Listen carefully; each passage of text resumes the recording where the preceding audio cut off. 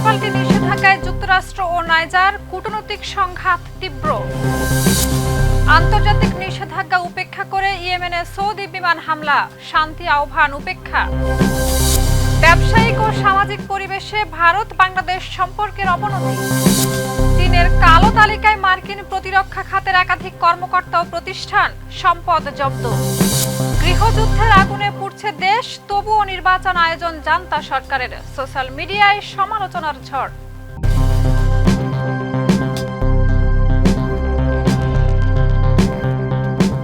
দর্শক আমন্ত্রণ মাই TV I নিউজে। এতক্ষণ দেখছিলেন শিরোনাম, সাথে আছি আমি শাহিদা রুবি। নায়াসিনামাইড ও স্যালিসাইলিক সমৃদ্ধ লিলি ফেস ওয়াশ যা ফেসের ডেড স্কিন সেল দূর করে দেয় দ্বিগুণ ফাস্টার ব্রাইটেনিং। যুক্তরাষ্ট্রের বিরুদ্ধে কূটনৈতিক ব্যবস্থা কার্যকর করতে শুরু করেছে নাইজার।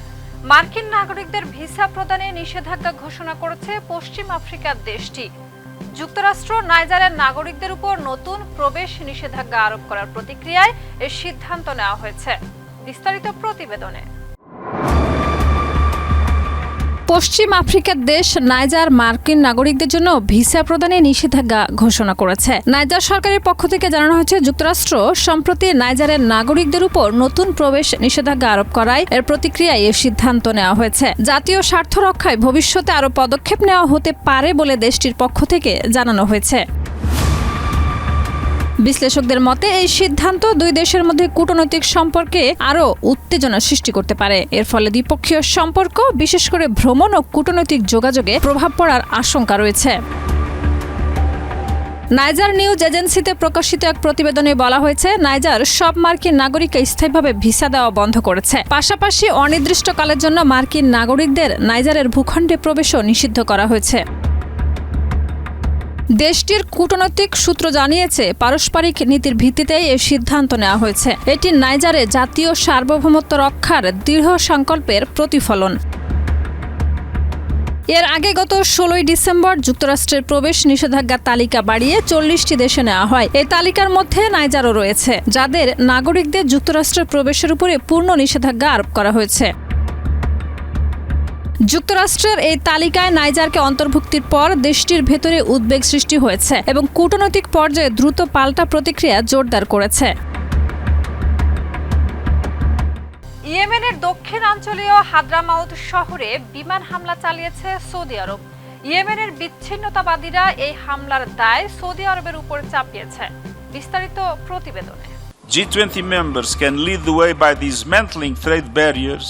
ইয়েমেনের দক্ষিণাঞ্চলীয় হাদমারাউতে বিমান হামলা চালিয়েছে সৌদি আরব। এর একদিন আগে সৌদি আরব ইয়েমেনের বিচ্ছিন্নবাদীদের তাদের সাম্প্রতিক দখলকৃত এলাকা ছেড়ে যাওয়ার আহ্বান জানায়। সেই আহ্বানের পরদিন সৌদি আরবের বিমান থেকে এই হামলার ঘটনা ঘটল। গত কয়েক বছর শান্ত থাকা ইয়েমেনে এই হামলার কারণে নতুন করে উত্তেজনার আশঙ্কা দেখা দিয়েছে। এক দশকেরও বেশি সময় ধরে চলা এই সংঘাতে ইরান, সৌদি আরব সহ আঞ্চলিক বিভিন্ন শক্তি জড়িত। বিচ্ছিন্নবাদীদের অগ্রযাত্রা আন্তর্জাতিকভাবে স্বীকৃত সরকারের মধ্যে প্রতিদ্বন্দ্বী গোষ্ঠীগুলোর উপর চাপ বৃদ্ধি করছে। ইয়েমেনের সরকার এই বিভিন্ন গোষ্ঠীর সমন্বয়ে গঠিত, যার মধ্যে বিচ্ছিন্নবাদীরাও আছে। ইরান সমর্থিত হুতি বিদ্রোহীদের বিরোধিতা এই সরকারের একতা বজায় রেখেছে। চলতি মাসের শুরুর দিকে বিচ্ছিন্নবাদীরা হাদমারাউত ও মাহারা প্রদেশ দখল করে। এরপর সৌদি আরব এবং সংযুক্ত আরব আমিরাত এই এলাকায় শান্তি ও নিরাপত্তা জোরদারের চেষ্টা করছে। জাতিসংঘ মহাসচিব অ্যান্তোনিও গুতেরেস সতর্ক করে বলেছেন, এসডিসির অগ্রযাত্রা আঞ্চলিক উত্তেজনা এবং বিভাজনের ঝুঁকি বাড়াচ্ছে। পুরো যুদ্ধ পুনরায় শুরু হলে তা আঞ্চলিক শান্তি ও নিরাপত্তার ওপর গুরুতর প্রভাব ফেলতে পারে।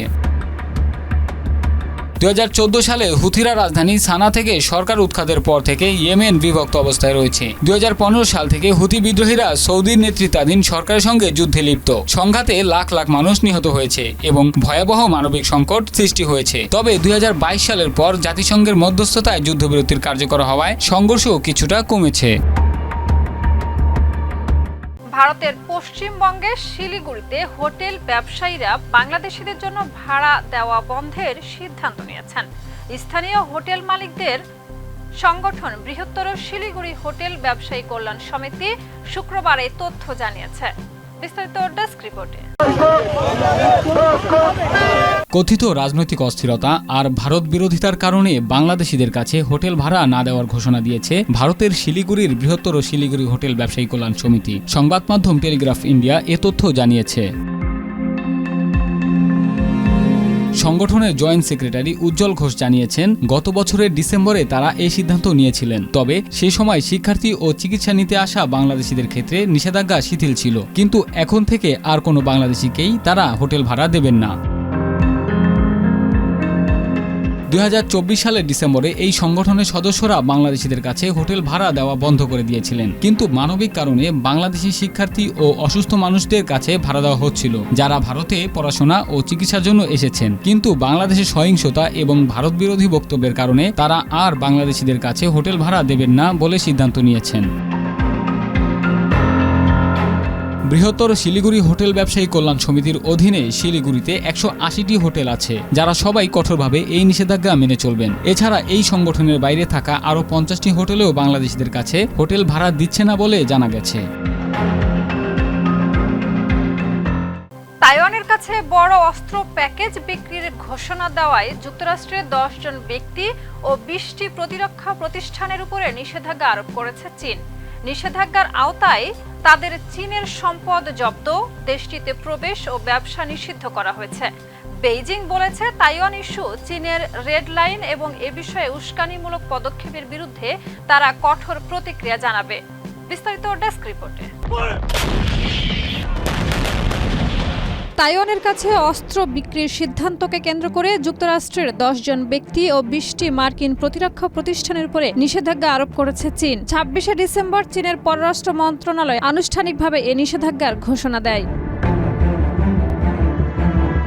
রয়টার্স জানিয়েছে, নিষেধাজ্ঞার আওতায় থাকা ব্যক্তি ও প্রতিষ্ঠানের চীনে থাকা সব ধরনের সম্পদ জব্দ করা হয়েছে। পাশাপাশি চীনের কোনো ব্যক্তি বা প্রতিষ্ঠান তাদের সঙ্গে ব্যবসায়িক লেনদেন করতে পারবে না।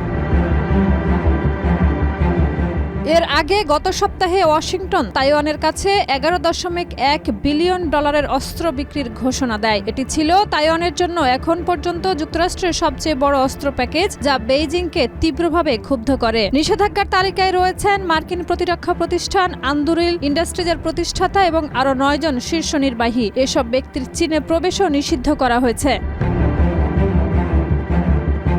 নিষেধাজ্ঞাপ্রাপ্ত কোম্পানিগুলোর মধ্যে রয়েছে বোয়িংয়ের সেন্ট লুইস শাখা, নর্থরপ গ্রুপম্যান সিস্টেমস কর্পোরেশন এবং এল হ্যারিস মেরিটাইম সার্ভিসেস সহ একাধিক প্রতিরক্ষা প্রতিষ্ঠান।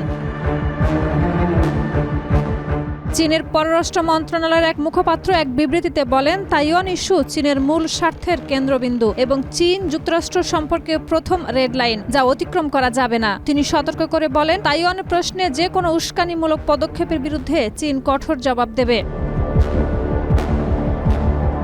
বিবৃতিতে যুক্তরাষ্ট্রকে তাইওয়ানের অস্ত্র সরবরাহের বিপজ্জনক উদ্যোগ বন্ধ করার আহ্বান জানানো হয়েছে। গণতান্ত্রিকভাবে শাসিত তাইওয়ানকে চীন নিজেদের ভূখণ্ডের অবিচ্ছেদ্য অংশ বলে দাবি করে, যদিও তাইওয়ান তা প্রত্যাখ্যান করে। অন্যদিকে যুক্তরাষ্ট্রের অবস্থান হলো, আইন অনুযায়ী তারা তাইওয়ানকে আত্মরক্ষায় সহায়তা করতে বাধ্য। মিয়ানমারের সামরিক সরকার 3 ধাপে 265টি এলাকায় নির্বাচন আয়োজনের ঘোষণা দিয়ে তীব্র সমালোচনার মুখে পড়েছে। নির্বাচন চলাকালে সামরিক অভিযান জোরদারের ঘোষণায় ভোটের নিরপেক্ষতা নিয়ে প্রশ্ন উঠেছে। অনেক মিয়ানমারবাসী ও বিদেশে পালিয়ে থাকা তরুণরা এই নির্বাচনকে ক্ষমতা ধরে রাখার কৌশল ও কমেডি শো হিসেবে দেখছেন। বিস্তারিত প্রতিবেদনে। মিয়ানমারের মোট 330টি প্রশাসনিক এলাকার মধ্যে 3 ধাপে 265টি এলাকায় নির্বাচন আয়োজনের ঘোষণা দিয়ে তীব্র সমালোচনার মুখে পড়েছে জান্তা সরকার। নির্বাচন ঘোষণার পাশাপাশি সামরিক অভিযান আরও জোরদারের সিদ্ধান্ত নেওয়ায় মিন ওয়াং লাইং প্রশাসনের বিশ্বাসযোগ্যতা নিয়ে নতুন করে প্রশ্ন উঠেছে। 2021 সালের সামরিক অভ্যুত্থানের মাধ্যমে অং সান সুচির সরকারের উৎখাত করার টানা 5 বছর ধরে গৃহযুদ্ধ ও অস্থিরতার মধ্যেই নির্বাচন আয়োজন করতে যাচ্ছে মিয়ানমারের সামরিক শাসকরা। আগামী রোববার 28শে ডিসেম্বর শুরু হতে যাওয়া এই ধাপের এই সাধারণ নির্বাচনকে ঘিরে দেশ জুড়ে ও আন্তর্জাতিক মহলে ব্যাপক সমালোচনা চলছে। বিশেষ করে তৃতীয় ধাপের ভোটের সময়সূচি ও এলাকা ঘোষণার পর বিতর্ক আরও তীব্র হয়েছে। জান্তা সরকার জানিয়েছে, 3 ধাপে দেশের 330টি প্রশাসনিক এলাকার মধ্যে 265টিতে ভোট হবে। একই সঙ্গে জান্তা বিরোধী ও সশস্ত্র বিদ্রোহী গোষ্ঠী আরাকান আর্মির নিয়ন্ত্রণাধীন এলাকাগুলোতে স্থল ও নৌপথে সামরিক অভিযান জোরদারের ঘোষণাও দিয়েছে সরকার। এতে নির্বাচন আয়োজনে নিরপেক্ষতা নিয়ে গভীর সন্দেহ তৈরি হয়েছে। এই প্রেক্ষাপটে জান্তা সরকারের নির্বাচনকে কমেডি শো বলে আখ্যা দিচ্ছেন দেশ ছেড়ে পালিয়ে থাইল্যান্ডে আশ্রয় নিয়ে মিয়ানমারের তরুণরা। আল জাজিরার এক বিশেষ প্রতিবেদনে উঠে এসেছে এই মন্তব্য। প্রতিবেদন অনুযায়ী মিয়ানমারের সাধারণ জনগণের বড় একটি অংশও এই নির্বাচন নিয়ে শঙ্কিত। অনেকের অভিযোগ ক্ষমতা দীর্ঘায়িত করতে বৈধতার মোড়ক দেওয়ার উদ্দেশ্যেই সামরিক সরকার একটি পাতানো নির্বাচনের আয়োজন করেছে। শাহিদা রুবি, মাই টিভি। ফিলিস্তিনের যুদ্ধ বিধ্বস্ত গাজায় ধ্বংসস্তূপের নিচ থেকে আরো 25 ফিলিস্তিনির মরদেহ উদ্ধার করেছে সিভিল ডিফেন্স। যাদের মরদেহ উদ্ধার করা হয়েছে তাদের মধ্যে এক নারী সাংবাদিক ও তার মা রয়েছেন। বিস্তারিত প্রতিবেদনে। Governments cannot give harbor to terrorists. গাজার দক্ষিণাঞ্চলের খান ইউনিসের ধ্বংসস্তূপ থেকে 25 ফিলিস্তিনের মৃতদেহ উদ্ধার করা হয়েছে। উদ্ধারকৃতদের মধ্যে একজন নারী সাংবাদিকও রয়েছেন। মূলত ইসরায়েলের টানা 2 বছরের আগ্রাসনের আপাত অবসান হয়েছে এবং চলমান অবরুদ্ধ পরিস্থিতির মধ্যেই সীমিত সরঞ্জাম নিয়ে উদ্ধার কাজ চালাচ্ছে ফিলিস্তিনি সিভিল ডিফেন্স। দেশটির এক সংবাদ সংস্থা জানিয়েছে, ফরেনসিক দলের সহায়তায় মৃতদেহগুলো উদ্ধার করা হয়েছে। উদ্ধারকৃতদের মধ্যে সাংবাদিক হিবা আল আবদলি এবং তার মাও রয়েছেন। তারা 2024 সালের জানুয়ারিতে ইসরায়েলি হামলায় নিহত হন। পরে তাদের মরদেহ সরকারি কবরস্থানে দাফন করা হয়। সিভিল ডিফেন্স জানিয়েছে, উদ্ধার কাজে শুধুমাত্র সাধারণ ও প্রাথমিক সরঞ্জাম এবং কিছু জীর্ণ যন্ত্র ব্যবহার করা হচ্ছে। ইসরায়েল এখনও ধ্বংসস্তূপ সরাতে প্রয়োজনীয় ভারী যন্ত্রপাতি আনতে অস্বীকার করছে, যা অক্টোবরে কার্যকর হওয়া সাময়িক যুদ্ধবিরতির পরও মৃতদেহ উদ্ধারে কঠিন করে তুলেছে। এছাড়াও বিশেষায়িত চিকিৎসা সরঞ্জামের অভাবে প্যালেস্তিনিয়ান পরিবারগুলো প্রিয়জনদের শনাক্ত করার জন্য মৃতদেহের অবশিষ্ট স্বতন্ত্র চিহ্ন বা কাপড়ের উপর নির্ভর করছে। জাতীয় নিখোঁজ কমিটির তথ্য অনুযায়ী গাজায় এখনও 10,000-এরও বেশি মানুষ ধ্বংসস্তূপের নিচে নিখোঁজ রয়েছেন। কমিটি এই অঞ্চলটিকে বৃহত্তর গণকবর হিসেবে উল্লেখ করেছেন। যুদ্ধের পর থেকে ইসরায়েল বারবার সাময়িক যুদ্ধবিরতি লঙ্ঘন করেছে। অক্টোবর 2023 থেকে এ পর্যন্ত ইসরায়েলের হামলায় 71,000-এরও বেশি মানুষ নিহত হয়েছেন, যাদের অধিকাংশই নারী ও শিশু, এবং 1,71,000-এর বেশি মানুষ আহত হয়েছে। দর্শক, এই ছিল আজকের মাই টিভি আই নিউজ। ধন্যবাদ এতক্ষণ সাথে থাকার জন্য।